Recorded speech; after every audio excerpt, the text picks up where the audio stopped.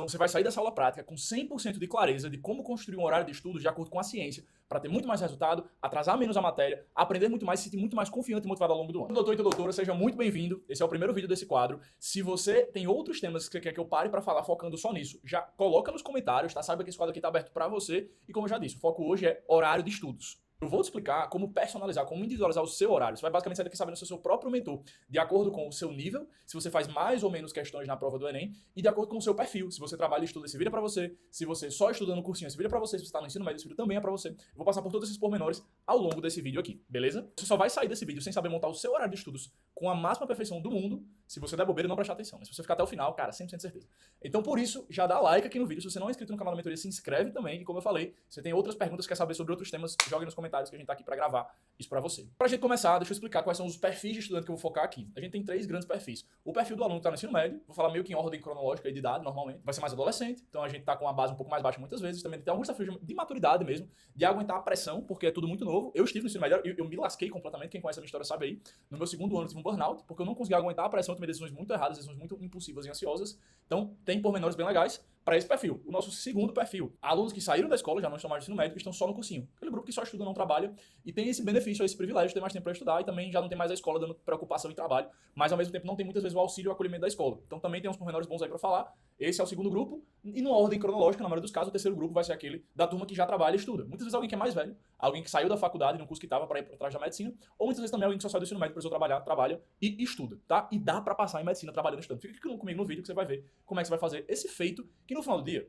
é totalmente possível, tá? Fica comigo. Então, ditos os 3 perfis, deixa eu falar aqui sobre os 3 grandes níveis de alunos que a gente vai abordar nesse vídeo. Primeiro, o nível de alunos iniciantes. São aqueles alunos que a gente chama aqui na mentoria de faixa branca ou faixa laranja. Faixa branca é quem está abaixo dos 20 em alguma matéria. Lembrando que sua faixa é de acordo com a área, tá? Naturezas, matemática, humanas e linguagens. E aí você pode ser faixa branca em uma e faixa preta em outra, por exemplo, isso pode acontecer.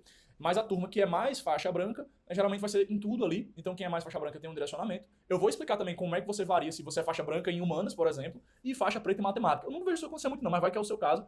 Ou se for o contrário. Vou explicar também o que você vai fazer no seu horário. Tá? Então é isso. Nível iniciante, entre a faixa branca, menos de 20, e a faixa laranja, menos de 25. O nível intermediário ali seria entre a faixa verde, tá? Logo depois da laranja, e a faixa marrom. A turma que faz menos de 30, menos de 35, ali em média. Ou seja, não quebrou ainda a barreira das 35. E a turma que já quebrou a barreira das 35, faz mais que 35, tá naquela faixa 35, 40. Aí a faixa preta. Eu até gosto de falar que o faixa preta, ele já tá muito seguro acima das 40, tá? Se você tá nessa jornada ainda, tipo, faz 36, mas nunca pegou um 40, eu tendo a ir numa linha de fica mais ali no nível intermediário, tá? Não se sente faixa preta antes da hora, esse é um erro de muita gente, ainda mais aquela galerinha que fala muito do estudo por questões. Vamos com calma, tá? Aqui na mentoria a gente tá na evolução, a gente é a evolução do cursinho. Mas a gente segue muito a metodologia tradicional porque você tem que ter aula. Só que a gente levou uma evolução para essa parada, tá? Aqui na mentoria essa é a parada. A gente não fala estudo por questão, isso não é a nossa praia, porque você não vai aprender por osmose com questão, tá? Você vai aprender vendo muita teoria e realmente se aprofundando na base teórica. Assim você vai chegar à pressão, faixa preta, destruindo a prova do Enem. Bora pro vídeo. Doutores e doutores, feita a intro, você já sabe com quem a gente vai conversar aqui. Eu quero começar introduzindo qual é a ciência por trás do horário de estudos.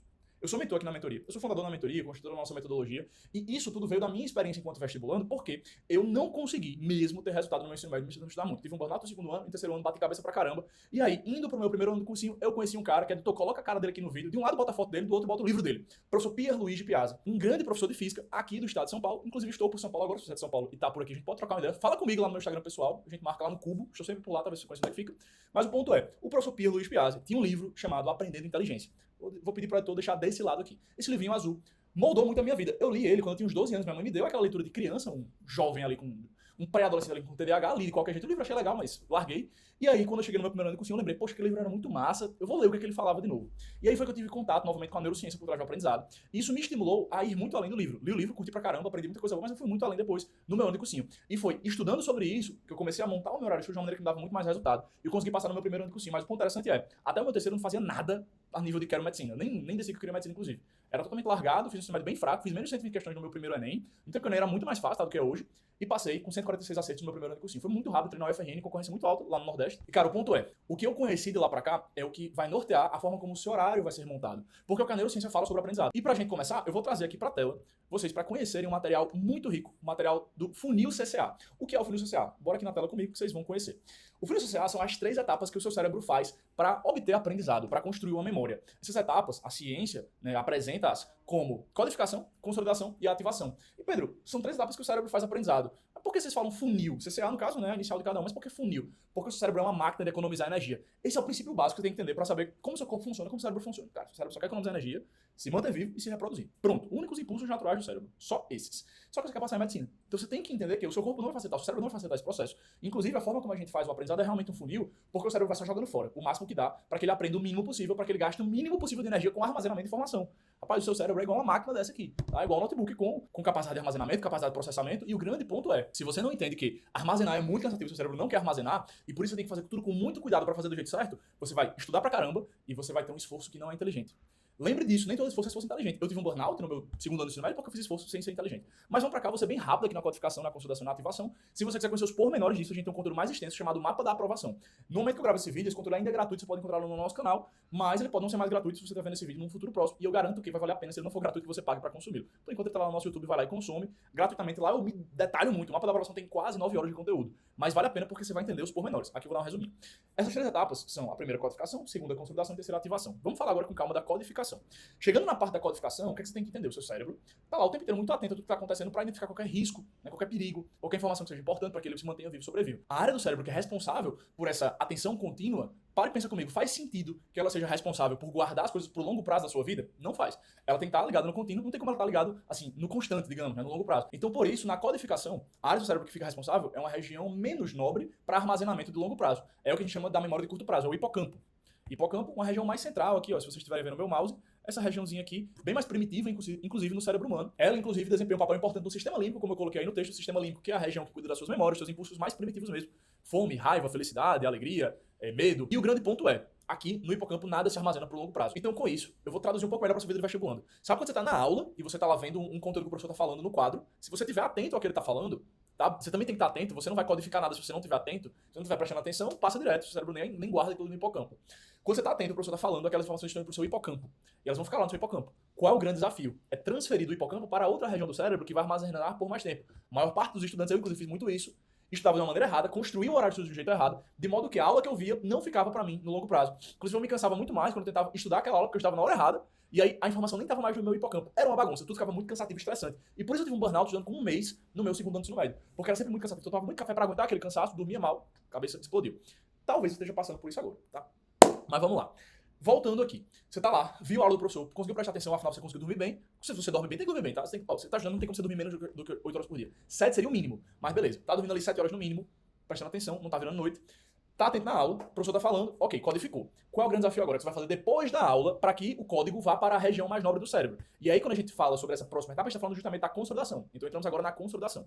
Dentro da consolidação, qual é o grande desafio aqui? É que você consiga pegar os códigos do hipocampo e mostrar para o cérebro, para a região mais nobre, que é a região do córtex. Córtex, para tudo, meu brother. Vê o que tá rolando aqui no hipocampo. Vê essas informações que estão aqui no hipocampo. Que, meu irmão, Pedro tá usando muito. Doutora Roberta aí tá usando muito. Assim, seu cérebro tá lá conversando com ele mesmo. Pô, tá usando muito isso aqui. Então, se eu tô usando muito, qual é o raciocínio?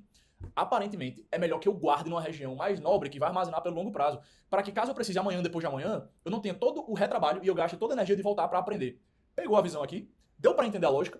Essa lógica é muito foda. O seu cérebro só quer economizar energia. Quando você entende isso, cara, o jogo muda. Então qual é o seu trabalho? É sair da aula e dar o máximo de trabalho pro cérebro em cima daquelas informações que ele viu durante a aula. Se você prestar atenção na colinha aqui na parte inferior, a consolidação é conectar os códigos que você viu na codificação. E nada mais forte do que isso do que fazer questão, porque você força mais o cérebro. O cérebro, na consolidação, precisa respeitar um processo que eu vou mostrar já quando eu virar pro próximo slide aqui, chamado Active Recall.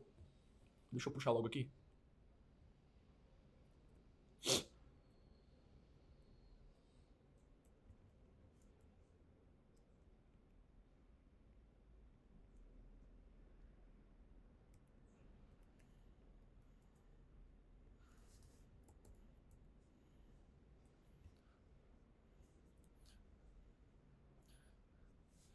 Ou Retrieval Practice. Se você ler aqui esse slide, você vai ver que é justamente o estudo que eu trouxe aqui. Um estudo muito legal falando do aumento da retenção através do posicionamento da prática de retomada, a Retrieval Practice, no final da aula.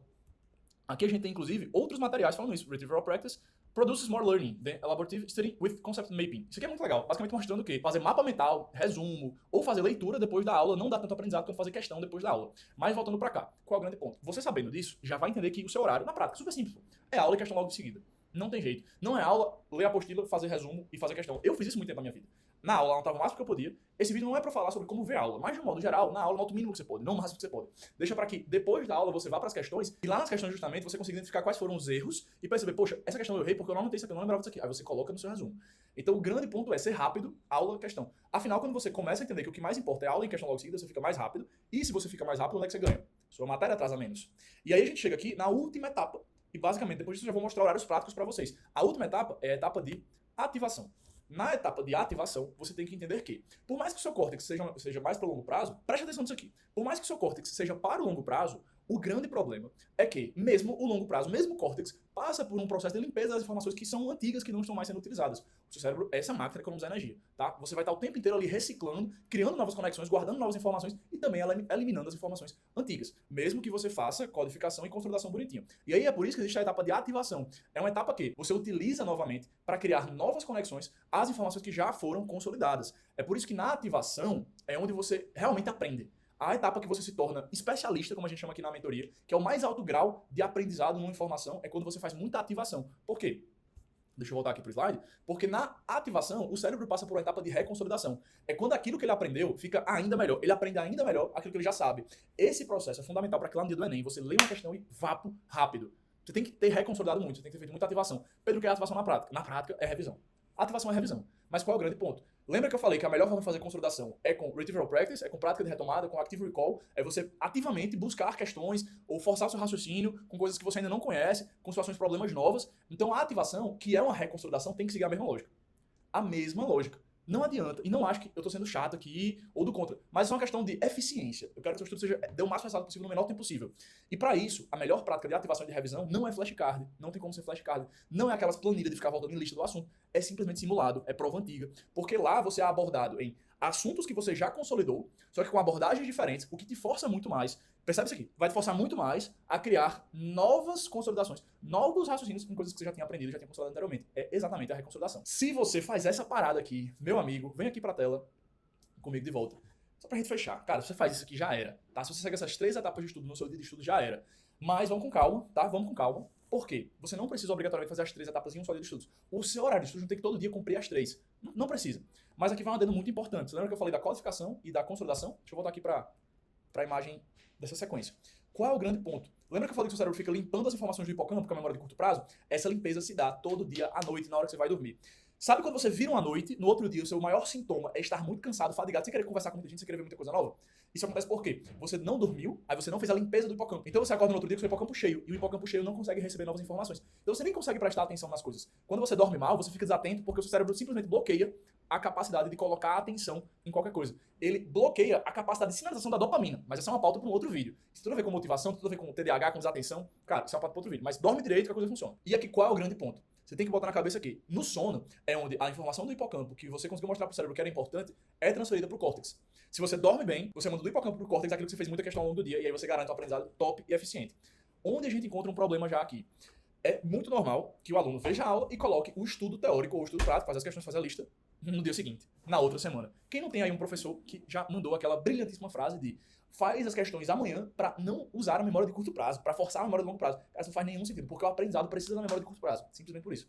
A ciência está aqui para mostrar. Qual é o grande direcionamento que eu preciso que você entenda para construir o seu horário de estudos? É obrigatório, ou pelo menos é muito interessante que, na maior parte dos seus dias, você busque ver a aula, e mesmo que ela seja à noite, olha só, isso que é importante, mesmo que ela seja à noite, você antes de dormir, ou ali no final da aula, faça sozinho, só você e seu cérebro, forçando seu cérebro 2, 3, 4, 5 questões. Cara, pelo menos uma, mas não vai dormir direto, sem forçar o cérebro sozinho, individualmente. Pedro, mas eu adoro a minha aula, porque na aula tem muita prática de questão junto com o professor. Aí é um tema que eu posso me prolongar em outro momento no vídeo sobre aula, tá? Mas a gente acaba caindo numa parada chamada metacognição, e eu consigo mostrar isso aqui bem rápido nesse material aqui. Esse é um dos estudos mais famosos do mundo sobre metacognição, mostrando que a aula 2 vezes, a aula de questão, ela dá uma ilusão de competência muito grande. A metacognição quer dizer essa ilusão de competência, você acha que sabe, né? A metacognição, você acha que sabe, mas na prática você não sabe muito. E aí quando você é colocado sozinho para fazer questão depois, você não tem o resultado que esperava. Então o grande ponto é, cara, quando eu falo vai lá fazer questão, vai lá fazer questão só, beleza? Se você pode, o melhor é que você tenha a aula de manhã e as questões à tarde. Se você pode mesmo, o melhor de tudo é isso aqui, ó. Vamos para cá mais uma vez, trazendo aqui assuntos legais. Deixa eu voltar aqui alguns slides. O mais legal do mundo mesmo é isso aqui. É quando você pode ver um pouquinho de aula e um pouquinho de questão, um pouquinho de aula e um pouquinho de questão. Lembra que eu falei que o aprendizado segue tipo uma lógica de um funil, de uma peneira? Então, quando você faz café ali numa peneira e você quer fazer uma garrafa de café de 1 litro, cara, você não pega 1 litro de água e joga, porque a peneira muitas vezes não vai comportar esse 1 litro de água. Aí você vai perder muita água que vai sair aqui em cima. Você vai ficar com pouco café, pouco aprendizado no final do dia. Por isso que é muito interessante quando você coloca um pouquinho de aula, faz um pouquinho de questão para consolidar, aí bota mais um pouquinho de aula e assim você vai. Essa é a forma correta de você ser o mais eficiente possível com o seu tempo. E a ciência vem numa crescente absurda de estudo sobre esse tema, que é o microlearning. É a união entre pedagogia, conteúdo e tecnologia. Inclusive, é exatamente a forma como o conteúdo aqui na mentoria é construído. Eu vou só entrar aqui na plataforma rápido, ali vocês viram, já era um horário de estudo dos nossos alunos que eu vou mostrar aqui na prática para você ao longo desse vídeo, que já está bem perto do fim, inclusive. Se eu entro aqui no módulo como um módulo de movimento sobre a ação da gravidade, lá em cinemática, um negócio que pega muita gente, olha que massa. A aula de lançamento de projetos, ela tem 12 minutos, e aí depois tem questão, corrigida e pelo professor, para você fazer sozinho, tenta sozinho, o que errar, corrige com o professor. Assim vai, todo o conteúdo da plataforma. Isso é o microlearning. Se você quer conhecer mais da plataforma, quer virar aluno, quer ter um mentor para cuidar de você, vamos lá, tem que fazer o jabá. O link tá aqui na descrição desse vídeo para você aplicar para a mentoria e falar com a nossa equipe, beleza? Ainda vai receber um material gratuito. Você ganha presente só para você aplicar. Então, aplique que você vai gostar de falar com o nosso time. Voltando aqui para onde a gente estava, passado esses primeiros direcionamentos, você agora já tem muita clareza de como é que deve ser o seu horário de estudo, cara. Você já sabe, vai buscar sempre essa lógica que eu já construí aqui. Aula, questão logo em seguida, se puder pouca aula e pouca questão. Se puder aula de manhã, questão à tarde, aula à tarde, questão à noite. Aula à noite pode existir, mas é melhor que você evite na maioria dos dias. Claro que vai depender de cada estratégia. Eu tenho alunos que passaram ano passado, a doutora Ana Carla Primo. Ó, time, se já tiver saído aqui o vídeo com ela, bota aqui em cima o link, caso não precise do nosso canal, Ana Carla Primo.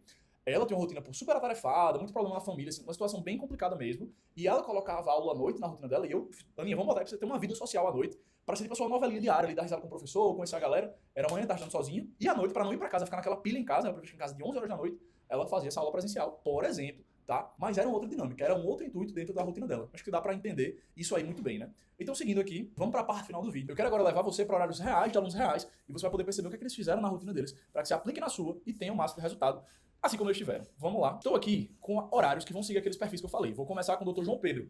Equipe, eu sei que já saiu o vídeo dele, então ó, aqui em cima do vídeo, deixa o link em algum lugar pra turma clicar, da entrevista lá no quadro Papo de Aprovado com o João Pedro, que, cara, de uma forma brilhante, passou o terceiro ano do ensino médio, primeiro ano que ele realmente foi pra medicina, ele saiu de 80 questões do segundo ano para 140. O que esse cara fez, você vai entender aqui agora na prática. Ele tinha escola todo dia, e ele tinha uma base muito baixa mesmo. Mas qual era o grande problema dele? Deixa eu vir aqui pro horário de agosto, eu comecei a registrar os horários, porque eu percebi que valia a pena documentar essa história, que o cara tava evoluindo demais.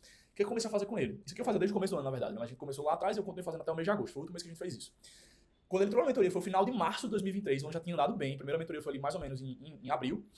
Eu vi logo, João Pedro, seguinte, cara, tu tem uma lacuna muito grande. A aula da escola é uma aula muito rápida às vezes, são muitos alunos na sala. E muitas vezes até o conteúdo atrasa. Então chega ali em outubro, o professor dando ondulatória, por exemplo. Vamos fazer o seguinte, tu vai ver a aula na escola, não vai fazer nenhum cursinho presencial, e ele estava matriculado já em 2, mas eu comecei a sair dos 2, porque o cursinho presencial também é mais devagar, enfim, não gera tudo que o cursinho online gera para você, a nível de aprendizado. Então eu trouxe ele para uma realidade onde ele na escola ia assistir às aulas o máximo, ia buscar fazer aula ao longo dos intervalos, ou ali no final da aula, ou quando chegasse em casa, só um pouquinho de questões, 2, 3 questões do que o professor falou ali na escola. Só para ele também ficar minimamente em dia com a escola. E ele iria aproveitar para entrar na plataforma da mentoria. Isso ele começou lá em abril, do zero, na aula 1. Então tinha coisas que ele tinha visto na escola e ele reviu na mentoria, porque eu preferi, porque eu sabia que ele ia ver num grau de profundidade maior. Mas foi muito rápido, porque aqui na mentoria eu encontrei muito rápido. São muito mais focados nos objetivos dos professores. Então, em um mês, ele já tinha, com a mentoria, ultrapassado a escola. Mas no final de abril, ele estava na frente da escola já no cronograma. E ele contou isso aqui nessa lógica. Quando ele chegava em casa, ele não precisava fazer questões da aula que ele viu, porque a aula que ele viu ele já tinha visto antes e feito questões antes na mentoria. Isso foi muito bom para ele, e eu recomendo isso para todos os alunos do ensino médio, mesmo que você não esteja na mentoria. Mas você pode pegar, às vezes tem até cursinho gratuito com todas as aulas, que você pode buscar fazer esse processo de acelerar em relação à escola. Porque você começa a utilizar a escola como, vamos lá, uma ferramenta de ativação. Vai te ajudar a, por exemplo, na aula daquele professor chato que você não gosta, você prestar muito mais atenção. Não é pra você falar, caba de pé, você tá pulando aquilo ali. Eu vi na internet porque você não falou na sala, professor. Sabe? É brincadeira, tá? Professores de escola de ensino médio, eu tô só brincando. Não é pra fazer isso. E de fato, não é pra fazer isso. O seu professor, se ele não fala alguma coisa na sala de aula, é porque ele vê que, cara, não vai fazer sentido eu falar sobre isso aqui, cai pouco no Enem. Mas o ponto é, pra você, jovem gafanhoto, vai ser muito bom chegar na aula e já saber o conteúdo e ficar revisando com o professor. Cara, vai melhorar muito o seu engajamento em sala de aula, o seu aproveitamento daquele investimento alto que é fazer uma escola, por exemplo, uma escola privada, ou o seu aproveitamento da rotina ali na escola, você tá na escola pública que você não tá pagando, mas tá pagando imposto, né? Então aproveita também lá, tira o máximo proveito daquele momento. E aí você vai seguir essa lógica, que foi o que o João Pedro fez ao longo do ano. Até agosto ele ficou assim. Só que foi muito legal, porque agosto ele terminou tudo. E na sala dele, galera, todos os amigos estavam lá, pilhados ainda, com muita coisa. Os professores correndo no conteúdo, dando tudo com muita pressa e a revisão off. Enquanto o João Pedro já vinha desde junho fazendo o quê? Lembra da ativação? Quando ele saiu da escola, ele começou a usar a escola como ativação, beleza? Porque o que ele viu na escola desde o final de abril ali, ele já tinha visto na mentoria, isso já era uma baita ativação. Aí chegava em casa, era codificação e consolidação rápida, microlearning, rolando ali, com o material da mentoria e adentrando no cronograma. Só que no final de semana eu já comecei a colocar para ele simulado. E na escola dele também tem muito simulado. Então já era uma ferramenta poderosa de ativação, porque ele fazia reconsolidação ali, né? Beleza. Quando chegou um pouco mais na frente ali, em agosto, chegava em casa, era só prova o ano inteiro, e o cara conseguiu subir muito e fazer 140. Então essa é a história de João Pedro, resultado avassalador mesmo, tá? Vamos para outros casos. Vale lembrar, João Pedro era um cara faixa branca transparente, banca transparente, tem que ver todas as aulas, não pode ficar pulando aula, tá bom? E foi o que ele fez até o final do ano mesmo, não teve mistério. E também quando começou ali mais pra frente, acho que foi setembro, primeiro mês de simulado, ele fazia só 45. Porque eu percebi que ele ia conseguir corrigir melhor, e se ele corrigisse melhor, ele ia aprender melhor. Essa é uma pauta para me aprofundar em outro vídeo sobre como fazer simulado, mas ele poderia até fazer simulado de 5 questões, faz 5, corrige, faz 5, corrige. O ponto era, ele conseguir corrigir no mesmo dia. A gente já sabe que a comunicação do cérebro se dá sempre na noite de sono, então se eu estou aprendendo muito, eu prefiro sempre corrigir no mesmo dia. Se meu foco é aprender, se eu sou mais faixa branca, já fica esse direcionamento. Beleza, vamos para o segundo caso, para Bia Mafaldo. Bia tem um caso muito legal, Bia começou o ano trabalhando, mas eu não vou falar sobre ela na perspectiva de quem trabalhou. Eu vou trazer aqui já meu aluno que quer o FERSA ou o UFC, ele mora ali em Mossoró, e ele tem um caso muito legal aqui para ser compartilhado porque ele trabalha. Mas o ponto Bia começou trabalhando, mas em maio parou o trabalho para focar só no Enem. Só que Bia tinha feito 118 acertos no Enem anterior, em 2022. Sabe quantos acertos Bia, a doutora Beatriz Mafaldo, fez no Enem em 2023? Simplesmente 163. Foi uma evolução assim muito, muito impactante e fruto de uma metodologia muito clara, de uma organização muito clara e de um aluno muito organizado de fato. Ó, dentro do horário dela aqui, eu acabei de perceber que eu não tinha documentado, mas eu vou mostrar de um aluno que seguiu muito o que ela fez. Meu grande amigo Ricardo Lira. Eles tinham horários bem parecidos, inclusive ele fez também quase o mesmo número de acertos que ela e também passou no UFRN, inclusive vai ser da mesma sala dela. Olha o que Ricardo fez aqui, por exemplo, ao longo do ano dele. Ele siga sempre essa lógica. Começava o dia para aquecer o cérebro com um pouquinho de aula, depois ele ia para um pouquinho de questão daquela aula, né? Ele fazia aula rápida, fazia as questões, às vezes era aula, questão, amanhã ficava dedicado para isso. À tarde, simulado. Ricardo já era um cara que já começou o ano mais faixa preta. Ele tinha feito 142 no último Enem, por exemplo. Então, ele já tem um nível mais alto. Com isso, eu consegui abordar muito bem com ele, até porque ele estava ficando muito saturado, já era o quarto ano de cursinho, o quarto ano de estudos. Processo já cansativo. Eu consegui abordar muito bem com ele, uma rotina que eu super indico para a turma mais faixa preta. Chegou mais no final do ano, tá mais cansado, não é para pular o cronograma. Ele fez o cronograma inteiro até terminar, ali em julho, aqui na M. Só que tinha muitos dias que ele estava muito cansado de fazer, Ricardo, pode arrochar na prova, e ele só fazia simulado. Acordava, descansava, ia correr, ia jogar um FIFA às vezes pra, sabe, espairecer a cabeça, pegava para fazer simulado. Fazia 45 questões de manhã, rapidinho, corrigia, às vezes fazia 90 à tarde, corrigia e estava livre ali, 7, 8 horas da noite. Era uma dinâmica que eu seguia com ele, porque ele era o cara mais faixa preta, beleza? Mas, de um modo geral, a rotina dele, assim como era de Bia, era essa aqui. Um pouquinho de aula, um pouquinho de questão, simulado à tarde, até porque o Enem é à tarde, então isso é favorável para o aprendizado, beleza? Para quem trabalha e estuda, eu quero mostrar um caso aqui que eu gosto para caramba, tá? Um caso que eu adoro, eu acho magnífico. É o caso de um aluno meu que dá plantão. O cara dá plantão. Dando plantão, ele se lida com a rotina sempre muito imprevisível, certo? E de muito cansaço. Ele dá plantão de um dia, 24 horas, folga 72, 24, só que essas vezes ele nem dorme. É bem pesado mesmo o trabalho. E o que a gente construiu para a rotina dele foi, no dia após o plantão, onde você está mais cansado, vamos focar mais no descanso, faz simulado, cara.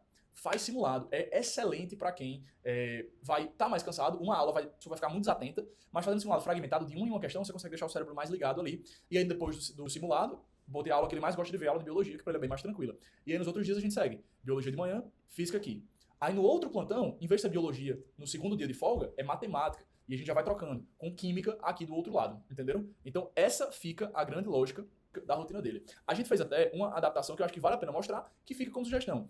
Fala o seguinte, cara, doutor, se você estiver muito cansado depois no primeiro dia de folga após o plantão, você pode ir para uma lógica da biologia, que é a matéria que você mais curte, na semana A, digamos, e na outra, e para química, que é uma matéria que ele curte muito também. Então o grande ponto é, se você trabalha, ainda mais trabalha com plantão, você fica muito cansado, busca no dia após o plantão colocar as matérias que você mais gosta, fazer as coisas mais leves para você, e aí nos outros dias já vai para uma lógica de mais intensidade, beleza? Pedro, eu não trabalho por plantão, deixa eu voltar para cá.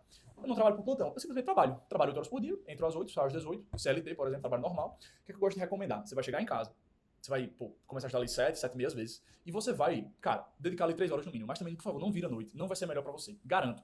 Vai, para de estudar às 10 e meia, para ir dormir às 11, e acorda às 5 e meia se você quiser no outro dia.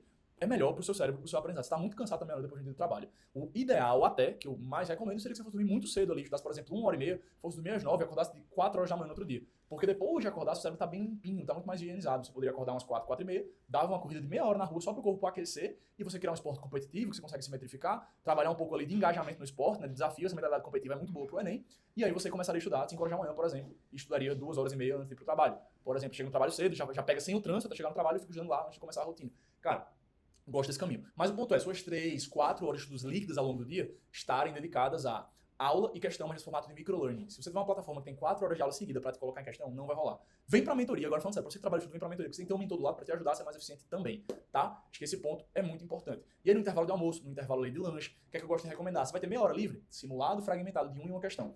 Esse caminho vai te ajudar muito a performar, mesmo quando você tem pouco tempo, mas você lê uma questão de uma prova de natureza, a questão de química, vamos lá, de separação de misturas. Cara, tu vai revisar a separação de misturas naquela questão. A questão é de química orgânica, nomenclatura de hidrocarboneto, tu vai revisar aquilo ali. Às vezes, se você nem estudou aquilo ali, já vai começar a pegar um pouquinho. Eu falo mais sobre isso nos simulados, na aula de simulados, mas simulados tem que fazer mesmo que você não tenha terminado o assunto ainda, porque te ajuda já a adiantar o aprendizado e tem estudos muito legais sobre isso também. Só para te dar o gostinho da aula de simulados, olha esse estudo aqui que fala sobre o não sucesso na prática de retomada, gerando um aumento no aprendizado subsequente. Esse estudo basicamente mostra que quando você erra uma questão no assunto que você não estudou, quando você vai estudar aquele tema, seu cérebro está muito mais motivado a aprendê-lo. Isso é muito massa, por isso que simular tem que estar na sua rotina já desde o começo do ano, mas não é o tema dessa aula. Voltando para onde a gente estava, eu quero finalizar aqui só mostrando o horário de uma minha super, hiper, mega faixa branca, que está começando agora, e ela realmente é faixa tipo transparente, lida com ansiedade muito grande, tem muita pressão familiar, assim, ela também se autopressiona muito e está começando aí no desenvolvimento de competência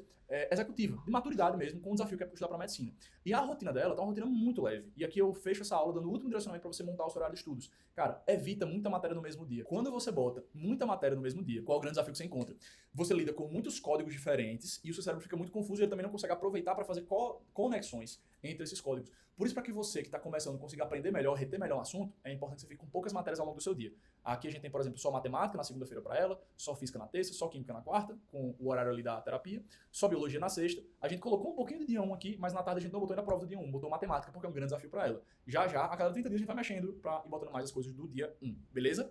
O ponto aqui é esse. Busca ter muita paciência se você está muito no começo. Acho que essa dica é muito importante. Foca em poucas coisas. Essa aluna no primeiro mês está focando só em minto, é o segundo mês dela. A gente está focado ainda muito só na parte de dia 2, porque é o grande desafio dela. Ela fez 30 e poucas lá no dia 1 em cada área e fez quase que menos de 20 no dia 2. Porque o aprendizado precisa muito desse foco, você precisa ter paciência, tá? Uma analogia que eu gosto muito de fazer é que aprender um assunto é como fazer um amizade com alguém.